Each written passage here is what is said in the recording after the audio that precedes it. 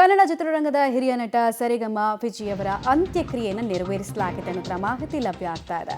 ಚಾಮರಾಜಪೇಟೆಯ ರುದ್ರಭೂಮಿಯಲ್ಲಿ ಸರಿಗಮ ವಿಜಯವರ ಅಂತ್ಯಕ್ರಿಯೆಯನ್ನು ಕುಟುಂಬಸ್ಥರು ನಡೆಸಿದ್ದಾರೆ. ತಂದೆಯ ಪಾರ್ಥಿವ ಶರೀರಕ್ಕೆ ಪುತ್ರ ರೋಹಿತ್ ಅವರು ಅಗ್ನಿ ಸ್ಪರ್ಶವನ್ನು ಮಾಡಿದ್ದಾರೆ. ಬಲಿಜ ಸಂಪ್ರದಾಯದಂತೆ ವಿಧಿವಿಧಾನಗಳನ್ನು ಕುಟುಂಬಸ್ಥರು ನೆರವೇರಿಸಿದ್ದಾರೆ. ಈ ವೇಳೆ ಕುಟುಂಬಸ್ಥರ ಆಕ್ರಮಣ ಕೂಡ ಮುಗಿಲು ಮುಟ್ಟಿದೆ.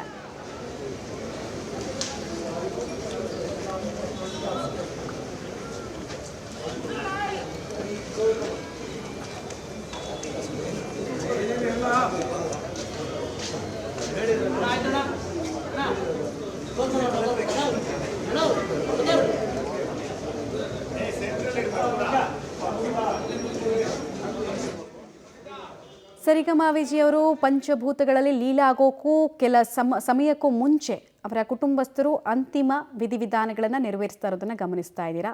ಈ ನೋವಿನ ಗಳಿಕೆಯಲ್ಲಿ ಕನ್ನಡ ಚಿತ್ರರಂಗದ ಅನೇಕರ ಉಪಸ್ಥಿತಿ ಕೂಡ ಇತ್ತು. ಧ್ರುವ ಸರ್ಜಾ ಅವರು ಅಲ್ಲಿರೋದನ್ನು ನೋಡ್ತಾ ಇದ್ದೀರಾ. ಪತ್ನಿ ಸಮೇತರಾಗಿ ಅವರು ಕೂಡ ಬಂದಿದ್ದಾರೆ. ಅದೇ ರೀತಿ ಅನೇಕರ ಆಗಮನ ಆಗಿದೆ.